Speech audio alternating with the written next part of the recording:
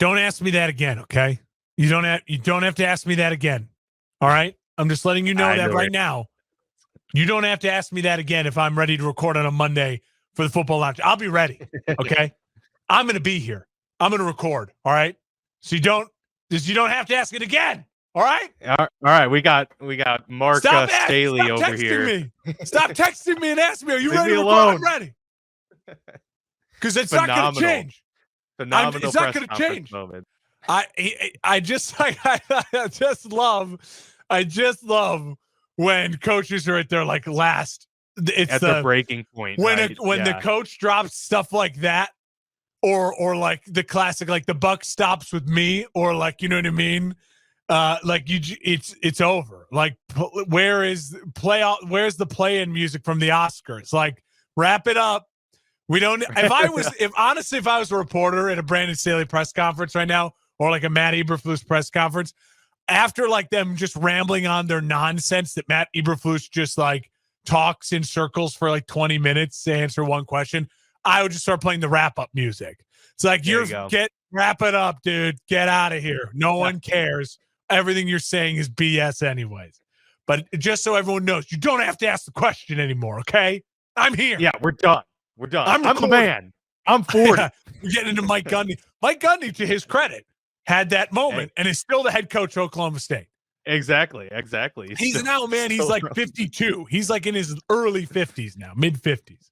Oh, man. Yeah, Brandon Staley just can't buy a win right now in any way, shape, or form, not even at the podium. What a brutal start. But, lots to cover here from Week 11. I hope you all enjoyed our Friday episode where we covered the breaking news elements that happened during the show with Joe Burrow being gone for the season. Of course, we discussed Deshaun Watson going down for the season, Mark Andrews going down with injury, some big stuff there in the AFC North. We had some more AFC North play this past Sunday and plenty of other headlines, but most notably, the Lions make history. Flacco on the verge of becoming a Cleveland Brown. The Chargers continue to implode, and Tommy DeVito, who's played 4 NFL games, has more multiple passing touchdown performances in his career than Mr. Kenny Pickett. We covered all on the Week 11 recap.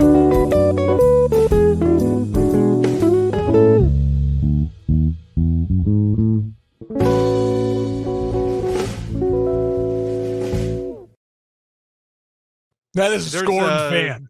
That is a scorned fan.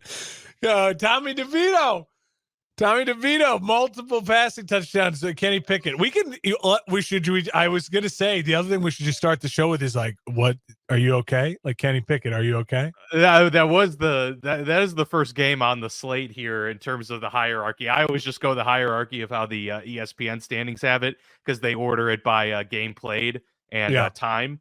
So that will be the first game we discuss. But I will say the Mike Tomlin quote from this past preseason, which was hilarious because the Steelers always have groups of brothers on their teams.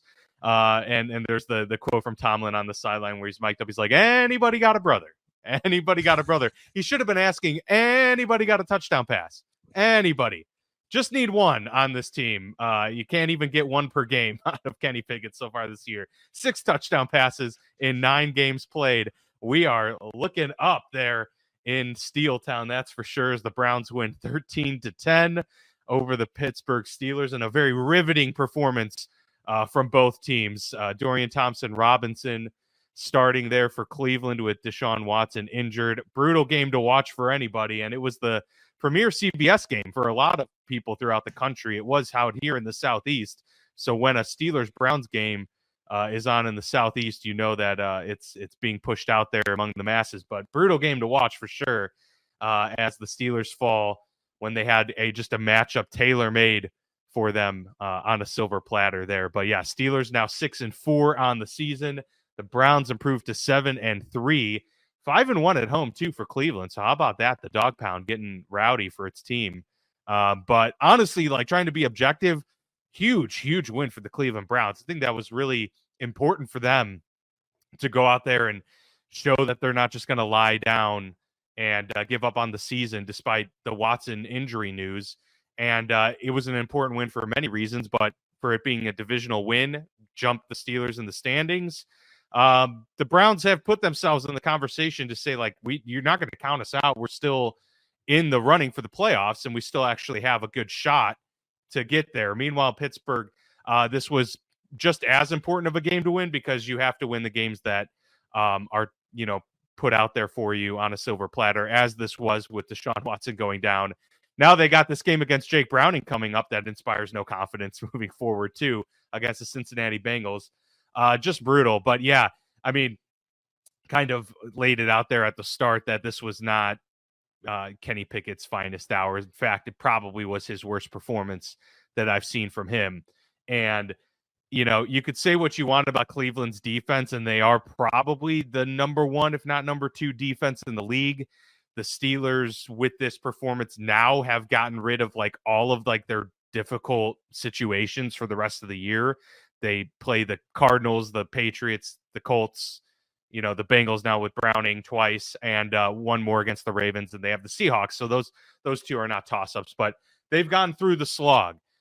Regardless, that can't happen. I mean, again, I've already said my piece on Matt Canada. It doesn't need to be said anymore. The offense is bad. I don't think he's a professional level play caller. But despite all that, there's no more excuses you can make for Kenny Pickett either when, as we've alluded to, we have the likes of a CJ Stroud doing what he's doing with third string offensive linemen with a rookie head coach. We're seeing Tommy DeVito, as we just mentioned, throwing the football beyond 10 yards of the line of scrimmage and being accurate. It's bad right now, and we're not seeing much positive come out of Kenny Pickett. So to me, that was the story of this game, not being able to throw over the middle of the field. Pat Freiermuth comes back from injury, gets one target in this game. There's just so much bad. Jaylen Warren, huge spark for the team, still only ended with 9 carries. There's just so many things about this offense that are disgusting. But Kenny's got to shoulder his blame of his brunt of the blame in this one. And what disappoints me at this point is that Tomlin isn't willing to call him out, and that's a little upsetting. I mean, Tomlin has been at this point only making excuses for his young quarterback.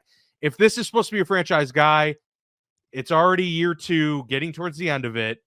You got to start saying, like, you got to start putting his feet to the flame a little bit and letting him know, the issues. But there's a lot of blame to go around, but Kenny deserves some of it for sure at this point. Yeah, and that's all I have to say about it. Well, listen, you're going through it right now, and I will say, this stat blew me away. 315 quarterbacks. This is from NFL and CBS have 500 pass attempts since the merger. All right, so since the NFL AFL merger, Super Bowl era, 315 quarterbacks have accumulated 500 pass attempts. That means you've played, in at least like a full like season plus of games. So it's a lot of. It's a lot of quarterbacks. It's a lot of qualified quarterbacks. Kenny Pickett is one of them. And it's a lot of bad quarterbacks in that. Yeah, and only one of them has thrown a touchdown on fewer than 2% of his attempts. That's Kenny Pickett. So he is throwing a historically little amount of touchdown passes for how much he has played. That is concerning. To me, this game, obviously the storyline is the Steelers because the Browns, their ceiling is still so low right now. The Browns could make the playoffs. Absolutely. This win certainly helps them in that. If DTR is going to play this well, and maybe you switch to Flacco, and Flacco can, be just, league average or just below average as a quarterback, the Browns have a good enough roster to make the playoffs, especially if they're going to play defense like this. So that, to me, the story is still more Pittsburgh, and they're more interesting right now because I still think their ceiling is higher because of the quarterback play and the roster construction. And my biggest concern is I feel like the Pittsburgh Steelers are where the Bears were when it was the last year of Trubisky starting, to where we said to ourselves, we were recording at that point in time, the most important thing for the Bears to do is to get answers. Is it the quarterback or is it the coaching? Now, the Bears had an offensive coach, and so it was more like direct on this. For the Steelers situation, it's more, is it Matt Canada and the culture offensively, or is it the quarterback, right? Because I would argue, there's a lot of people that argue, the play design and the scheming is just not suited to Kenny's game. They're not making things easy for him. They're not running the ball enough with Warren and doing all these things in play action that just make the game easier for Kenny Pickett's style of quarterback, because we know what style of quarterback Kenny Pickett is. He is Jared Goff as a ceiling, but really in that Kirk Cousins Tua range where you need to be clever, you need to get the ball into the playmaker's hands, and he can be a distributor of the football. And so it's coming to that point now. Is it the quarterback or is it the offensive scheme? At this point, because you drafted him so high and you invested in him, you'd like to say, I want to see Kenny with a new offensive coordinator and a whole new offensive staff and a whole new offensive philosophy going forward. You already have a bunch of the weapons, right? Fryermuth's back. We know I'm on top of this stuff. So you can say to yourself offensively in the offseason, can we revamp the scheme with a new offensive coordinator, go in a completely different direction, and then see is it the quarterback or the scheme? Because if he's still producing at a really low rate with a new scheme, then you know, all right, it's the player. Because that's what the Bears found out, right? It was like, okay, Trubisky, we got rid of Trubisky. Nagy brings in Andy Dalton and Justin Fields, and he was terrible with both. Then you realize, okay, it was both the quarterback and the coach. It was the right move to get rid of both of them, and you move on. So that's where I would feel like you're at if you're Pittsburgh, right? The rest of the season for both teams want to make the playoffs. Both teams want to be above 500. Both teams' ceilings are very, very low. And I would say for Pittsburgh, you have to answer the question. You have to find an answer to the question going into next year. You cannot just bring this squad all together back next year because it's just history is going to repeat itself. Yeah. And part of that is them giving. See, this is the part of the thing that I think is contributing to Kenny's lack of success is I really do think that they've hammered in from the start that the only way we're going to win games is if you don't turn the ball over, Kenny. So don't turn the ball over. And I think having that hammered in has made him averse to taking any risks. And you have to take risks in the NFL. You have to throw over the middle of the field. You have to try and trust your arm. And I feel like he's just not leaning into that because I think part of it is the coaching staff is showing that they don't trust it. And that's a problem. I think that you need to open things up if you're going to learn and get the answers that you need. And so part of that is opening things up a little bit more for Kenny and letting him make some mistakes because he's turned the ball over the least amount of any quarterback in the league this year. But that hasn't translated to much success elsewhere, right? And so part of that reason is, he's not taking any risks. And so you have to find the sweet spot there. But the other aspect is, they're pretty much projecting out that they don't trust that they can win with Kenny Pickett. And when, Tomlin after game said this is exactly how we envisioned the game going. Look, man, if you're going into games with just the plan to win 13-10, it's just not a recipe. Like, and I push back against the narrative that Tomlin and a lot of coaches and even, analysts and stuff have put out there that wins are all that matter. I disagree. I think how you win matters a good deal as well. Not as much as winning, but I think winning is 75%. How you win is 25 because Steelers could win. We saw this when they went 11-0 in 2020. They were winning games, but how they were winning games was not a sustainable thing. And they went 1-5 down the stretch and ousted first round of the playoffs.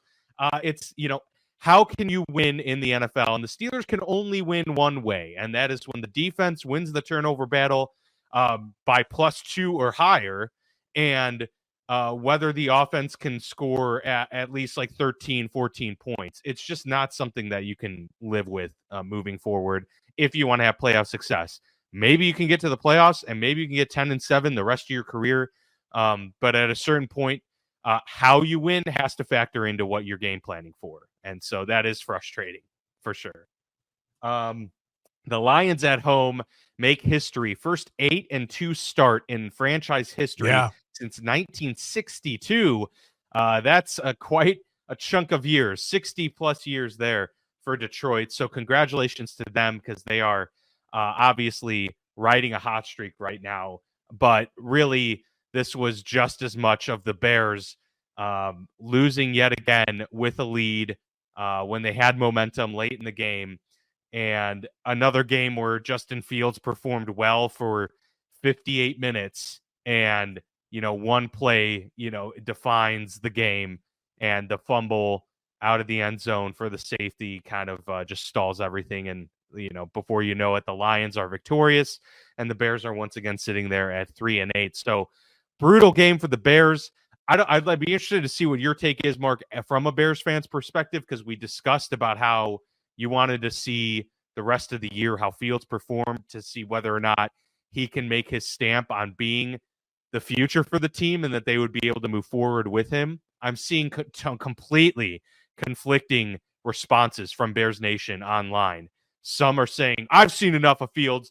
This is it. That play was terrible. He didn't protect the football. This is it. We're done. I've seen other people say, man, he played really well. He threw the ball exceptionally well at several parts of this game. Had the Bears in the lead against a really good team and had one boneheaded mistake. But we feel like he's the Bear of the future because of the way that he performed. And we want this team to, trade their picks. So I'm curious what your thoughts are, because I am seeing a complete split on how people are, making their determinations on Fields after this game. Yeah, my thoughts have stayed consistent. I want to build around Fields. I mean, I think the best thing for the Bears to do, success of the franchise-wise, is to either trade that top pick for another bevy of picks, as I said before, an A player and picks like you did with DJ Moore. And then, because you see what happens to your roster when you add A players. DJ Moore is a true A player. He's a difference maker. Montez Sweat, I'd say, is more like a B plus guy. He's got paid like an A because that's the position. But even him, he had a really nice day starting to come into his own. So adding really good players and then also using that value to get more trades next year. You know what I mean? That number one overall pick could be worth a really good A player in the NFL right now in his prime, plus a next year first round pick. That's what, to me, the ultimate goal should be, and then building around Fields. The thing about it is like I've said before, and I'll say it again, the Bears Twitter right now and the Bears online universe is so divided because there is a bevy of riches for the Bears in the NFL draft with the 2 picks. But to me, nothing matters until step one is taken care of. And step one is firing Matt Eberflus. The Bears are not going to fire Eberflus during the season. They just don't do it. It's not historically who they are as an organization. He deserves to be fired. This is a horrendous loss. The Bears played their best game offensively in a long time, since the win on Thursday night, since the Broncos game, since the Justin Fields was rolling before he got injured. And Justin Fields comes out, plays really, really well. And what happens? Well, listen to this. This is from Doug Coletti. Since 1932, no NFL team with a 3+ turnover margin and 40 minutes time of possession has ever lost that game. Teams were 48. No, what the Bears were doing, they were only the 48th team in NFL history to do what they did yesterday. 3+ turnovers, 40+ minutes time of possession, and they lost. It's the first time that's ever happened. And they lost not because of Justin Fields and that one play at the end. The game was already done. They lost because they gave up 2 touchdown drives in under 4 minutes. That's why they lost. They lost because their head coach is a horrific head coach. They lost because they don't know how to manage the game. They lost because there's defensive play calls gave up 2 scores in 4 minutes. That's why they lost. They lost because their offensive coordinator, who probably got the call down from his head coach or whatever their game planning was, to run straight into a line of Lions defenders twice and then throw a deep bomb when all you have to do is get 1 first round and you could win that game. That's why they lost, because they have a poor offensive coordinator who called a better game plan yesterday until he got scared shitless. And then they lost because they have the worst head coach in football. That's why they lost that football game. The Bears' talent is talented enough to win that game. You saw it on display. Look at that Justin Fields throw to DJ Moore for the touchdown. That is talent that you can build around, all right? And then what happens? You lose that game. Now, to the Lions' credit, that is a great recipe for a team that's building towards deep playoff success. You had no reason winning that game. And you did. That is a great, great thing for the Lions. They hung in there. Their coach didn't stop believing in them, and they made the plays offensively when they needed to. The Lions have the best offense in the NFL right now statistically. That's wild. They're the Detroit Lions. I mean, even the Matt Stafford years with Calvin Johnson, they were an explosive offense, but they weren't the consistently best offense. They can run the ball down your throat. They have elite game-breaking weapons. This Lions team is for real. And my final button on it, again, step one, fire Eberflus. Step two, figure everything else out. I'm not going to worry about who's my quarterback next year until I know who's my head coach. Because if my head coach is Matt Eberflus next year, it does not matter. Nothing matters. Nothing matters if Matt Eberflus is the head coach next year because he can't build a winning program. He is incapable at the microphone. He's incapable calling his own defense. He's incapable with his scheme. He is not up to par with his basics because they can't tackle, they can't catch, they can't tackle guys in bounds. And he says he tries to blame the players. He never takes accountability. It's terrible. He's 0-9 against the NFC North.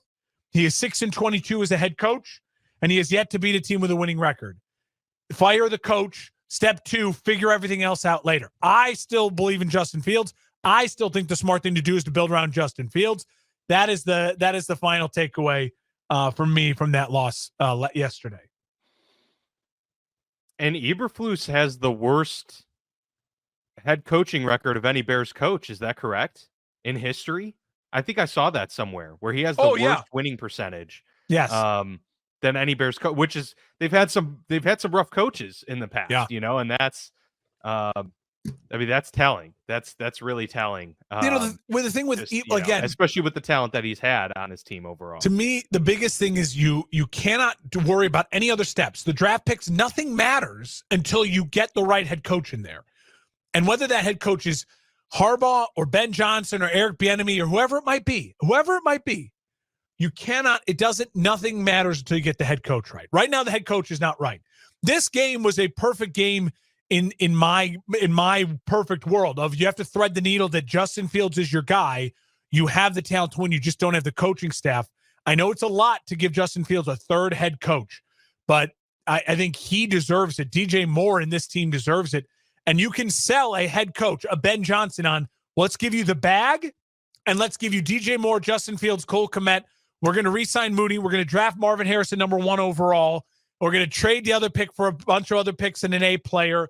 We have a nice budding offensive line on the right side with Jenkins and Wright.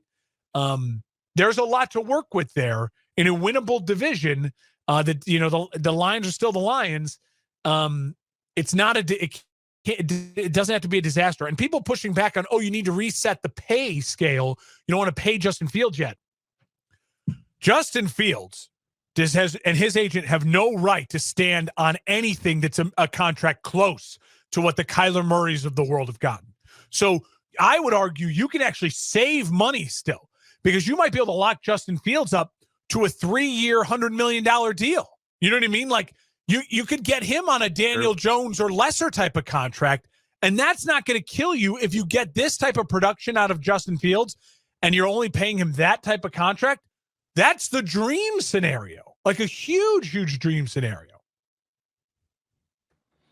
Yeah, very, very true. They're going to have decisions to make at the end of this year, no doubt about it. But I do think ultimately Eberflus, I agree, is the number one priority for this team to take care of that and then move forward with how they're going to approach the rest of 2024 and beyond.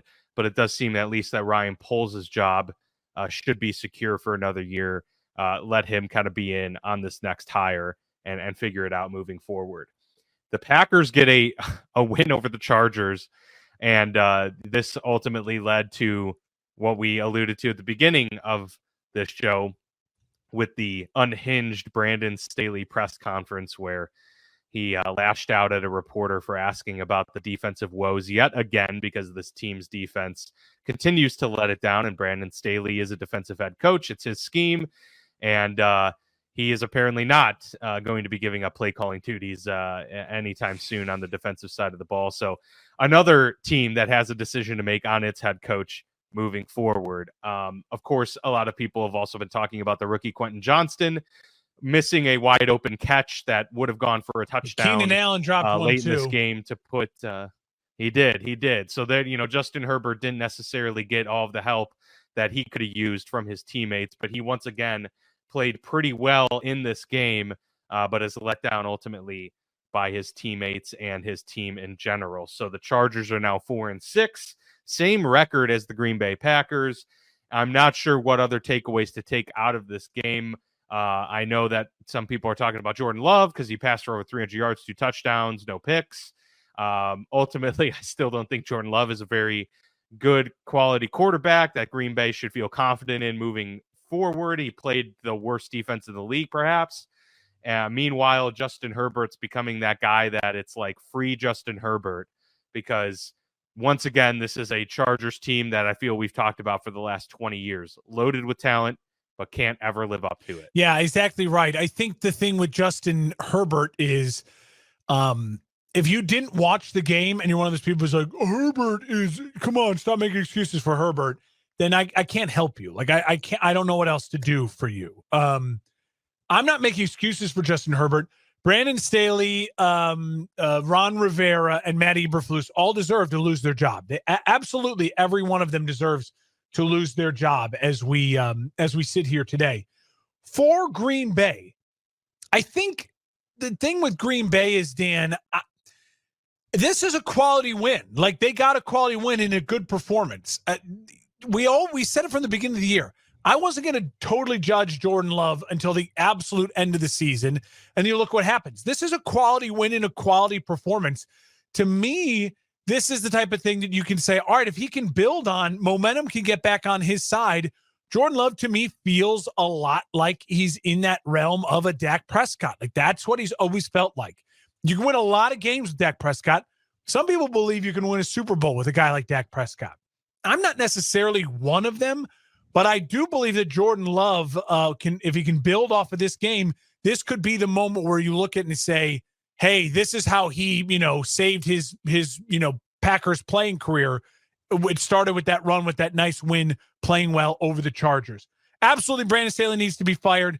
And it was a quality win for Green Bay to stay alive for that 7th seed in the NFC, which I know seems silly because it's Green Bay and they should be talking about Super Bowls, but where they're at as an organization right now, a 7-seed playoff run with a season like this with Jordan Love, it would mean, I think, a lot to that organization. That would be huge. If they could pull that off, I think that would be absolutely a success. I mean, if you're a Green Bay fan, like you'll take that all day, especially the way this team has petered off after the first couple games.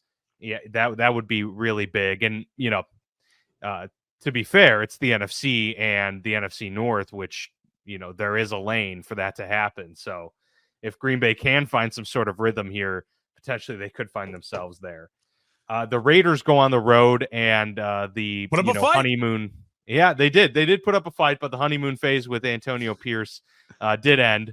The Dolphins win 20-13. But yeah, like you said, I mean, the Dolphins have had some pretty epic performances this year, and the Raiders kept it close throughout this game. Only a 7-point win as Dolphins take it 20-13. So, Vegas, to their credit, put up a fight. Aiden O'Connell did seem to take some strides there for the Raiders.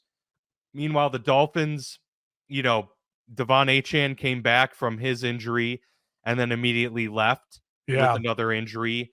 Tyreek Hill left with an injury, but came back, had a monster game. So they had a couple of their star playmakers out early for bits and pieces of the game, but ultimately they had almost their full set of weapons at their disposal and still were only able to put up 20 points. So maybe Miami is cooling a little bit, to go along with the cooling of the temperature as we enter the November-December phase here. And so this is actually something that has been talked about in recent years with a very hot weather team. So I don't want to make it seem like, especially this, they were at home. So, it's not, but just saying, wouldn't be surprising if we see in December and January ball a little bit less explosive of a Miami Dolphins team than what we saw in September and early on. So that'll be something to keep tabs on. But, not going to belabor the point too much. They won 7-3 or 20-13, and they're now 7-3. So they're still very well ahead of the pack. They're ahead of the Bills in the playoff standings. They're firmly in an AFC East, crown positioning. So right now they got to be feeling good about themselves overall.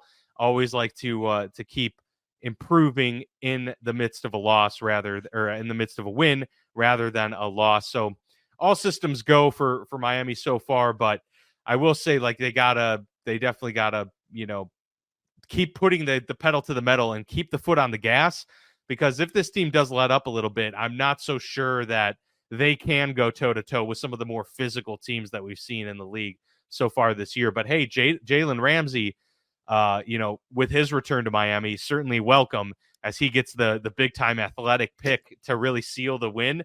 And so maybe this team is getting the boost it needs at just the right time. Yeah, I was going to say, I was waiting for you to mention his name, Jalen Ramsey back. Yeah. And that defense really played well. That Vic Fangio defense really showed up and balled out.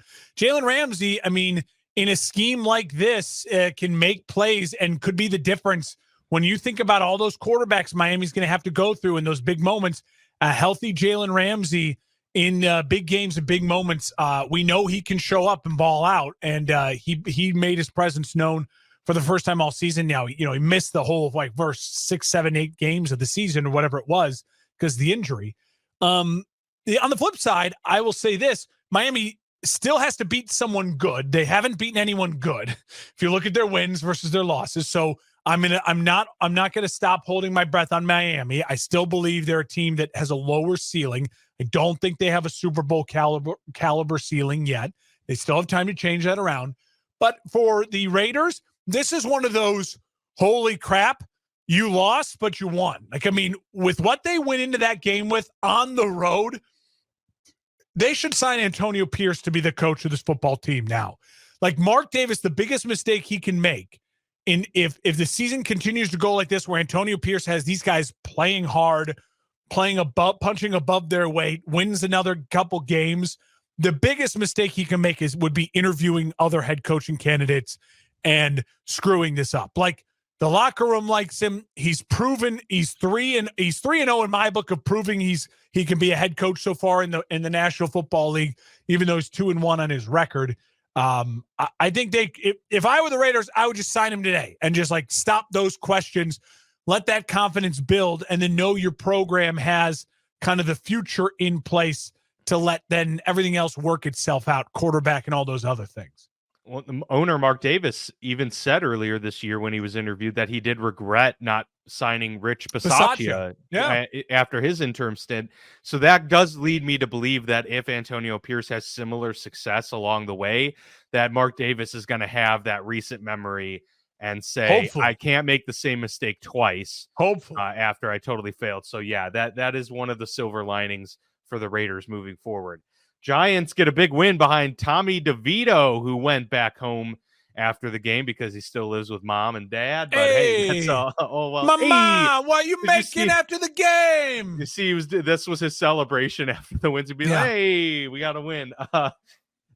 So he inspired the team to get a victory there as the Giants improved to 3-8 and the Commanders fall to 4-7. So Commanders now stacking a couple losses here on the season.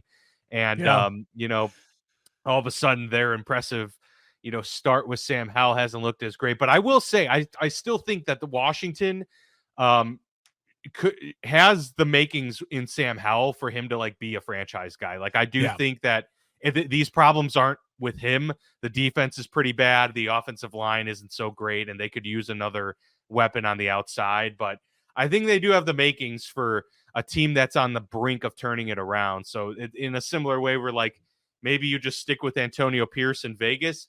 Maybe you just stick with the guys you have in Washington, but just change the head coach and move. Absolutely. Move I mean, that's the biggest thing. This is the type of loss where you lose to a really poor, talented Giants team. That's it's a head coach nail in the coffin loss for Ron Rivera. Ron Rivera is an all-time football guy, an all-time good guy in the NFL. Great story from a solid player to a really solid NFL coach. Who's had highs. Bear. But now it's similar to the John Fox, where it's just okay, this is it. You maxed it out. You had your run, and now I think it's time to move on to whatever post-football life for Ron Rivera, or maybe he becomes a defensive coordinator in some aspect. Maybe he's the new Jack Del Rio. Yeah, exactly. maybe. But I think that's what you're absolutely right. Washington has pieces. They just need a total like branding, rebranding and a whole new leadership staff around the team because this was such an ugly loss. I mean, the Giants are so bad. They are terrible. And for the Giants fans, you like beating your division rivals, but this is one of those losses where you may really regret it, depending on now like the draft ranking and all this. And next week with the game against New England. This week, that win for them just felt very much like in the Panthers loss, which we'll get to in a second, really felt like it locked up right now the path for the number one overall pick to be the Panthers / the Bears. It really felt like that was the type of win that could seal that up. Like the path opened up even more so. It went from 70% probability to 85% probability that the Panthers are going to end up with the number one overall pick, aka the Bears. Yeah, every win matters at this point because the number of games moving forward is shrinking and shrinking, and so the Giants, finding ways to win here is going to impact that for Chicago. So I'm, Bears Nation, and has they need Marvin Harrison Jr. at least more, badly than anyone. They need weapons on New York, and so falling down the draft board right now is going to be killer to them.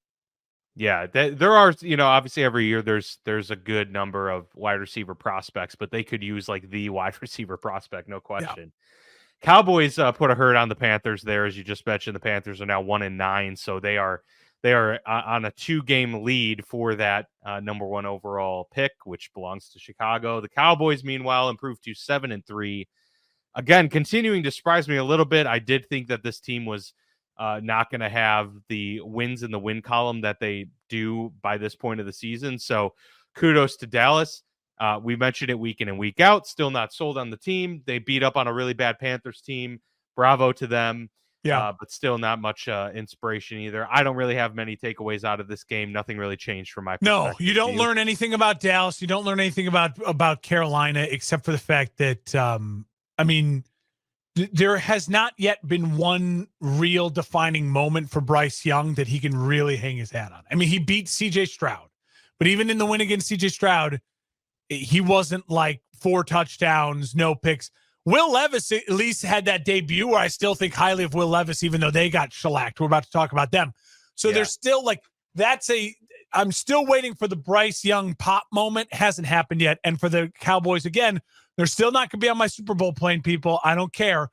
I have zero faith in the Dallas Cowboys in big moments. They are destroying bad teams and they're like the Dolphins of the NFC, only they have less weapons, and I believe in and I trust in their coach less.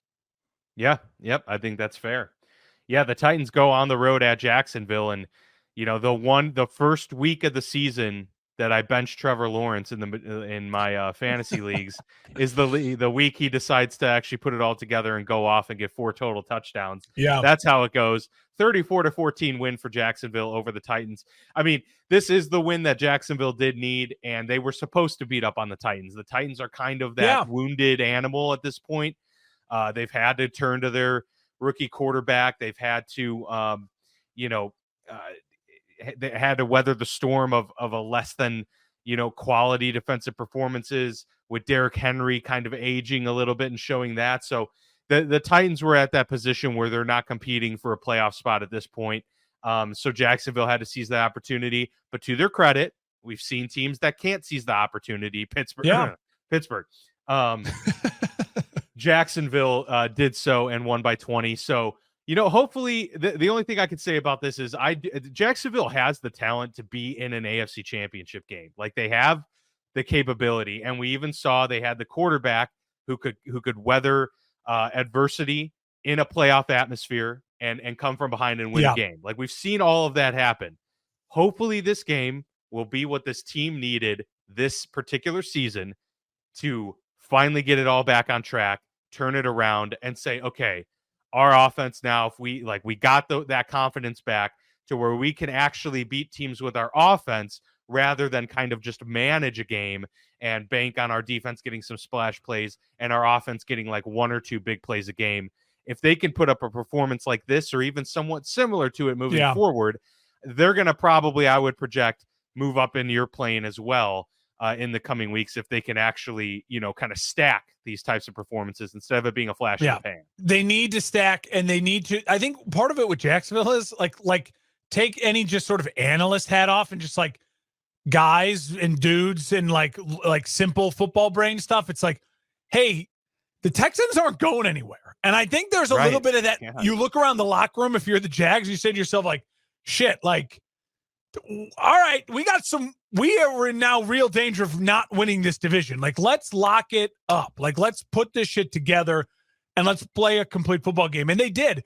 And Will Levis, to his credit, no interceptions. They didn't ask him to do a ton, 2 touchdowns. Like, he played an okay game. The Titans absolutely are like 3 or 4 like A players away. They need talent. Like they need an identity, because the Titans' previous identity was Derrick Henry, run the football, good offensive line. And now that is like 3 years old and that's fallen apart. And now they're identityless and they're a dearth of talent. For the Jags, their identity is finally feeling like, hey, Trevor Lawrence, be Superman. Like, let's go. Be Superman. We talked a lot about who's going to maybe be the MVP this year, who's Superman. Like, it's up for grabs. No one is balling out like Superman. That, to me, like we said about Lamar Jackson after the Thursday game, even in that performance, it's like, when is there going to be Superman? Like, who's going to show up? Is it going to be Mahomes tonight? Is it going to be Jalen Hurts tonight? Who's going to just down this crucial stretch of the next 5 games, before you can start resting starters and things and preparing for the playoffs? Who's going to be the dude who says, you know what? I'm going to go out there. I'm going to put up monster numbers. I'm going to carry my team. I'm not losing anymore. I'm not dealing with this shit. Trevor Lawrence had that type of game, and that's great because maybe it'll be Trevor Lawrence. Maybe he goes on this tear and says, I'm the fucking MVP. I'm the guy. I'm Superman. I'm going to put up 2 rushing touchdowns, 2 passing touchdowns, and blow bad teams out. Someone do it. Like, someone step up. No one has yet, and maybe it's Lawrence. So tonight you got 2 guys who are very capable of doing it. We'll have to see what happens tonight. But we're still waiting for that. No one's on pace for 35 touchdown passes. And Trevor Lawrence, maybe he can really, really put it together here. The schedule's really workable for the Jags down the stretch. He certainly has the talent to do so. So, yeah, they've got enough games ahead of them here where they can start to write that story and change those narratives. The Texans at home, CJ Stroud might be the, one of those guys that's in contention for that MVP, but we'll talk about that. He had a bad later second on half. in the season. First time we've seen a bad second half from CJ. 3 picks in this game for him, but he does get the team in the win column with a 21-16 win over Kyler Murray and the Arizona Cardinals. So, big win for the Texans. By the way, the Cardinals 2-9. So this is almost in some ways a win-win because Kyler didn't play terribly. It's just, the team as a whole isn't very good. So if they keep, losing and kind of pushing themselves a little bit further down. They're at number 2 right now. They're at the pick number 2. I'll say this about the Cardinals. They're the type of team that absolutely feels like Marvin Harrison Jr. is the no-brainer. Like, they'll just take him if he's available, depending on how the scouting goes. If Kyler keeps playing this well, I mean, think about, he's coming off the injury. He's playing considerably better than like Deshaun Watson did when he came back last year, and he wasn't even injured. He just had to miss all that time. I've been impressed with Kyler in his return. He had a couple balls batted at the line in that loss to the Texans, and they had a chance to win. And it felt like they just couldn't get it. But also remember, the Cardinals are at a huge dearth of talent as well. They got rid of Hopkins. They don't have the guys. You know what I mean? They got rid of Christian Kirk. Like, where he needs some help. And I think he's playing good enough football. And for the Texans, it's one of those games you look at and you say, we survived. We won this game. That's a great feeling. And if you're CJ Stroud, it's also good to say, hey, I can play poorly and my team kind of stepped up and still believed in me when it mattered. And I did enough then at the end of the game to win it. Those are good learning experiences for a young team and a young quarterback. Yeah, 100%. Buccaneers on the road at San Francisco. 49ers back in the win column again. 27-14 victory in this one to improve to 7-3 on the season as well. So 49ers kind of picking up where they've they left off. Another really solid Brock Purdy performance in this one. Christian McCaffrey gave them what they needed. Brandon Ayuk had a huge game.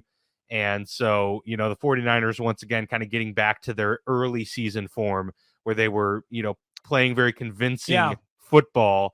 And so I'd say, once again, they're kind of putting their stamp on the league and saying, yeah, don't forget about us. The Lions are obviously having their year. The Eagles are still firmly in that 1 seed spot, but we're not too far behind these guys and we're still in contention. So I would say that the Lions, the 49ers, and the Eagles are kind of all in a grouping in the NFC, leaving the rest of the conference in their wake right now. That's kind of how I see this. And the Buccaneers, they're 4-6. They're kind of falling out of the Bucs are kind of falling out of that picture for that surprise team to maybe make the 7th wild card spot. And the Bucs are one of those teams that I can't wait to see what their offseason unfolds like, because they're a team that feels like if it really falls apart here, could go all into a complete, utter rebuild, try to trade up. Like they're such a wild card team as far as what they want to do. Or if they hold it together and find a way to get 7 wins, maybe they keep Todd Bowles, maybe they keep Baker Mayfield. Like they're such a fascinating storyline as far as offseason discussion goes. As far as the team that matters, the Niners, what I loved about this is Brock Purdy completed 21 balls, 21 to 25.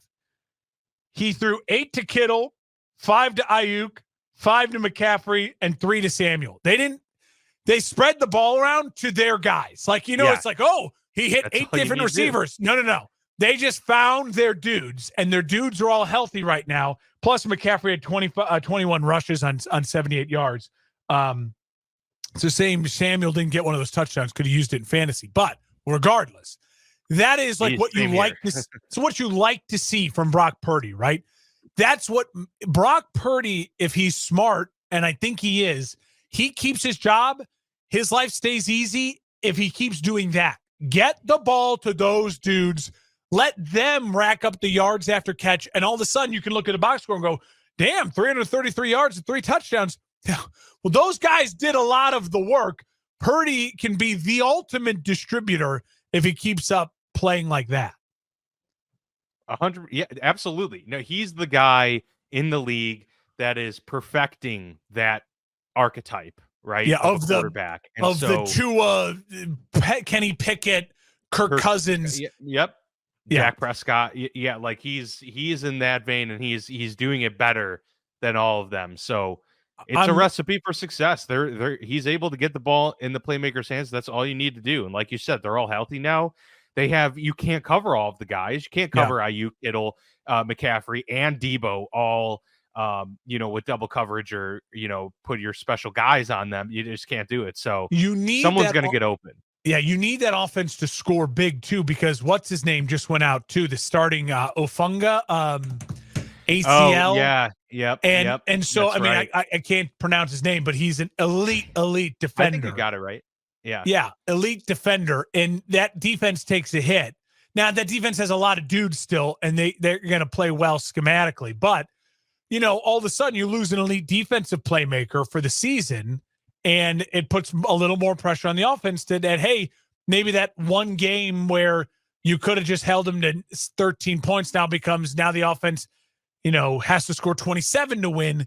It's going to be crucial for Purdy and those weapons to be on the same page. And now everyone's healthy. The Niners are kind of like that NBA team that you're like, oh man, I just can't wait to watch the Suns when Booker and Beal or everyone's healthy and like actually see how it all works. The Niners will feel a little bit like that. If they can get offensively a stretch now where everyone's healthy down the stretch, we'll have a better idea of really what this team is capable of going into the postseason. All right, we've got 3 more games to get to, plus a look at Monday Night Football coming up after this short break. For frequency's sake has you covered on all things sports. From the squared circle to the hardwood and the gridiron to the speedway, we've got something for everyone. Walk down the aisle with the boys from Cards Subject to Change every Sunday as they take a deep dive into everything pro wrestling. Need your gambling fix? We've got you there. Enter Pit Row with Rod Villagomez and Fast Money as we win the checkered flag with NASCAR, Xfinity, and truck race winners and props. Football more your style? Explore the waters of NFL DFS with DFS Deep Dive with Brian Craighead and Jordan Kernan each week. More into the science portion of the game? We've got a double dose of action there. The Professor John Bush and Dennis Michelson take you into their science lab and dissect your week in the data lab. Want an analytical take? Nick Gurl and the team at Gridiron AI come to you each week with The Lab. Need to know who to start last minute? The network's flagship show, For Fantasy's Sake, is here in a pinch. The fellows come to you live every football Sunday from 10 to 11:30 Central with the week's best DFS, gambling, and lineup advice. And wrap up your Sundays with Joe Winkle and Nick Brinks as they come to you live with educated ignorance looking at all the day's action. Can't get enough of Joe? He comes to you 3 times a week. Not enough football on Sunday? Not a problem. Kick your feet up at lunch on Monday and slip on into the football lounge with Mark and Dan while they look at the week that was in news, notes, and more. For frequency's sake, you know what we mean. All right, so I gotta say something here. Listen. Yeah, let's go for it. Matt Eberflus was at doing his press conference. Listen to this. Matt Eberflus, when asked if Montez Sweat, who they just paid a phenomenal amount of money to, should play more snaps. He only played 63% of the snaps for the Bears defense yesterday. In comparison, Aiden Hutchinson, who you'd compare Montez Sweat to, like elite pass rusher, their guy on defense, played 92% of the snaps. You know what Eberflus's answer was? That's just how we do it. We platoon those guys. Yeah. I hate it. I hate him. I hate him so much. Look, there have been plenty of teams, the Ravens are one of them that have the Patriots do this a lot, constant rotations of dudes along the defensive line. But you know what they don't do? They don't take their best player on a certain side of the football of the football field. I'm sure he's a nice guy, and I am not one of those people who likes to wish harm on people. But that quote makes me think I want him to get hit by a bus, and that's not fair. That's not fair to me. Like the Chicago Bears. Stop making me do this. Man. You're doing this to me. That's not fair to me. Fire him so I stop thinking these horrible things. Oh man, that is insane. Yeah. That's just how we do it. We platoon those guys, and he knows his job is on the line. And he's going to platoon Montez Sweat? For who? It's not like we're the Niners and you have a butt. We got to platoon him so we can Chase Young a snap. What are we doing? Yeah. All right, sorry. That is, we got to finish up here. That is unfortunate. All right, well, let's try and get back on the train here with the Buffalo Bills and their AFC East contest, and it is officially Tim Boyle season for the New York Jets. They finally benched Zach Wilson and put in the backup Tim Boyle there into the starting lineup, but it didn't work very well for the team because the Bills won 32-6. It was a very predictable outcome as the Bills obviously needed themselves a bounce back performance. They got it here against and just an ailing team overall that just can't get much going offensively in New York. So the Bills put a hurt on them, 32-6. They, put themselves at least back in the win column, trying to garner some momentum here. They're going to need to get a 3-game winning streak here to put themselves in a good position for the playoffs. But at least they kind of, stop the bleeding for the time being. And got a win that they desperately needed to get. And the Jets, look, if they're trying to get Aaron Rodgers to come back, it'd be the dumbest thing ever. Even if the guy could somehow play in December, there's absolutely no reason at this point. Tim Boyle is just going to play football for this team. Maybe just let it be maybe a little less embarrassing. But that's really, it's done. Punt to 2024 and move forward. Yeah, I don't have much to say in this. This was the most predictable game ever. The Bills got embarrassed. They made the firing. You knew they were going to come out and put a hurting on. And if they didn't, then the Bills would be really done. And so the Bills made the analysis of this game easy. They did exactly what they should have done, needed to do. They took care of business. It was great to see. So now they're still alive. And now those important games for the Bills coming on up still matter. And for the Jets, absolutely – changing to Boyle is the right thing to do because, again, I don't think Saleh should be fired. I really don't. I think Saleh's done a really solid job, all things considered. And I think this is an important thing to just quell the frustrations of the fans. This is the organization saying, we hear you, we're sorry, and we're done with him. Like, we are officially done. And the Zach Wilson experience and is probably his NFL career is officially over, and it needs to be. I mean, he has been historically bad. I just wish teams like the Bears would also listen to their fans and stop putting pain on them. The Jets will be bad to watch with Tim Boyle, but at least the fans won't want to kill themselves. Like I want to kill myself when I hear my coach talk. Yeah, that's press conferences this was not a good week for press conferences, especially for defensive head coaches. Mike Tomlin saying it's not a problem that Jaylen Warren got 9 carries. Tomlin had a very similar response. We don't. That's just how we do it. Look at it. You could be in hindsight. Yeah, it should be fired. Well, yeah, it's like good Lord, please. Not much more to say on that. The Bills did what they should do. They're 6-5 and getting themselves back on the right track. The Seahawks gave up a very winnable game there against the Rams, and that could be one of those games where the Seahawks look back if they don't somehow make the playoffs, or if they're the 7 seed and have to go on the road to a tough matchup. That's a game that could come back to bite them as they lose to their rival, the Rams, 17-16, largely due to the fact that Jason Myers could not boot through the game-winning field goal and missed it at the end of the game. Geno Smith got hurt in this one. We'll see. That's why they lost. Yeah, that is the biggest reason for sure. Drew Lock had to come in, and there wasn't much going for that offense moving forward. Kenneth Walker got hurt. Oh, yeah. He might be out because they play Thursday. So they may not have Geno or Kenneth Walker, their top two of their top 4 offensive pieces.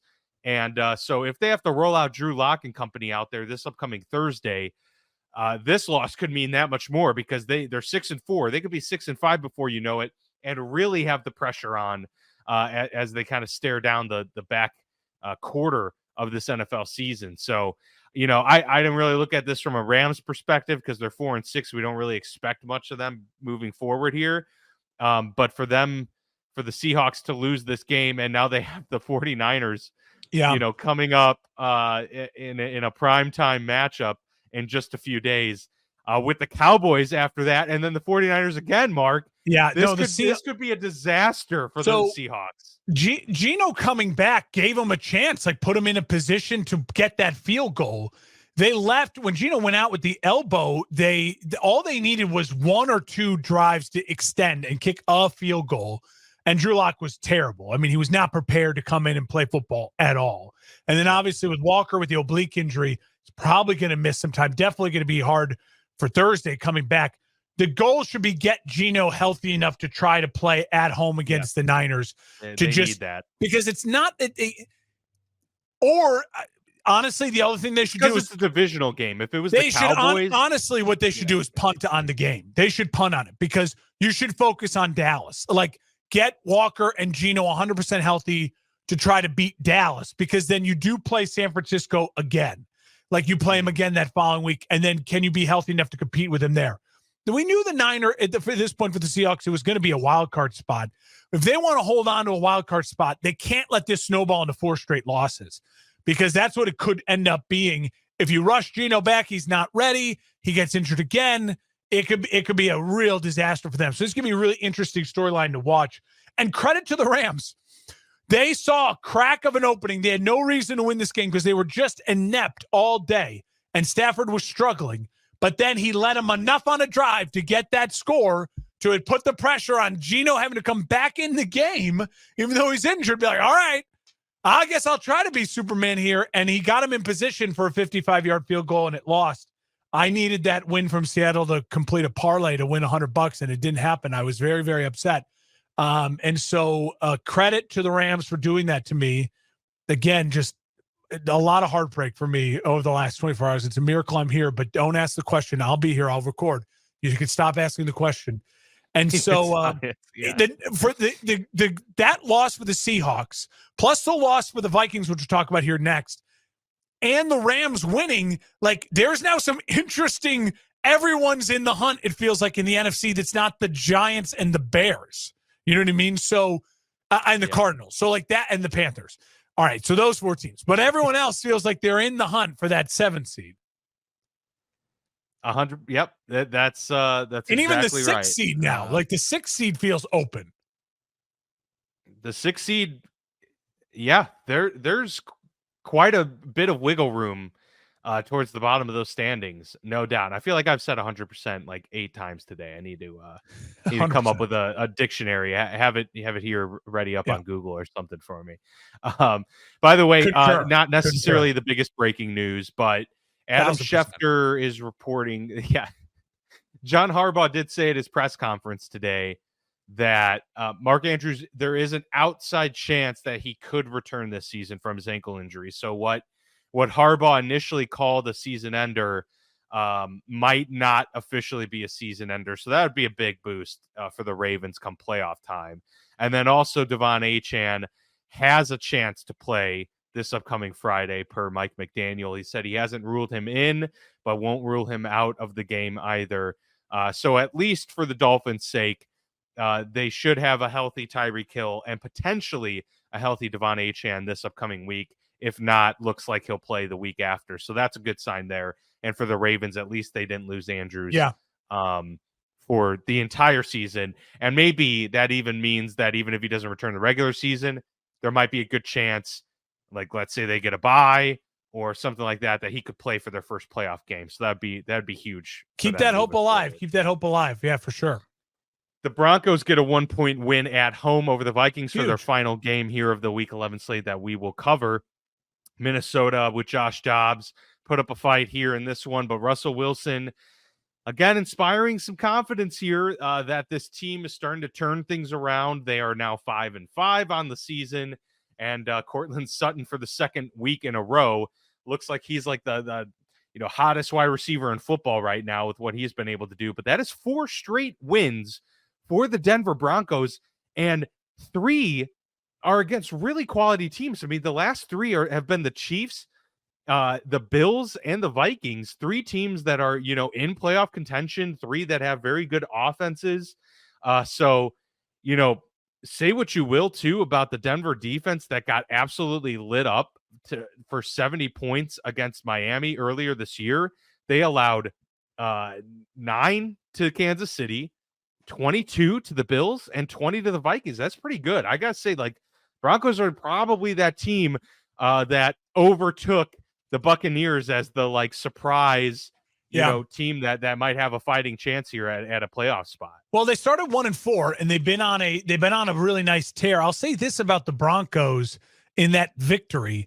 What I respect about them so much is that they were down for portions of that game, and that game-winning drive late, the game, and that touchdown to Sutton, like, they're a team that somehow just hasn't shown any quit over those last 4 weeks. I mean, same with that Bills game. It felt like the Bills lost that game, but the Broncos kept putting themselves in a position to catch the loss. You know what I mean? And this game, it felt like they caught the win. Does that make sense? Like, they didn't necessarily win this game, but they did enough to be in a position to where when it came down to 50-50, they made the right plays.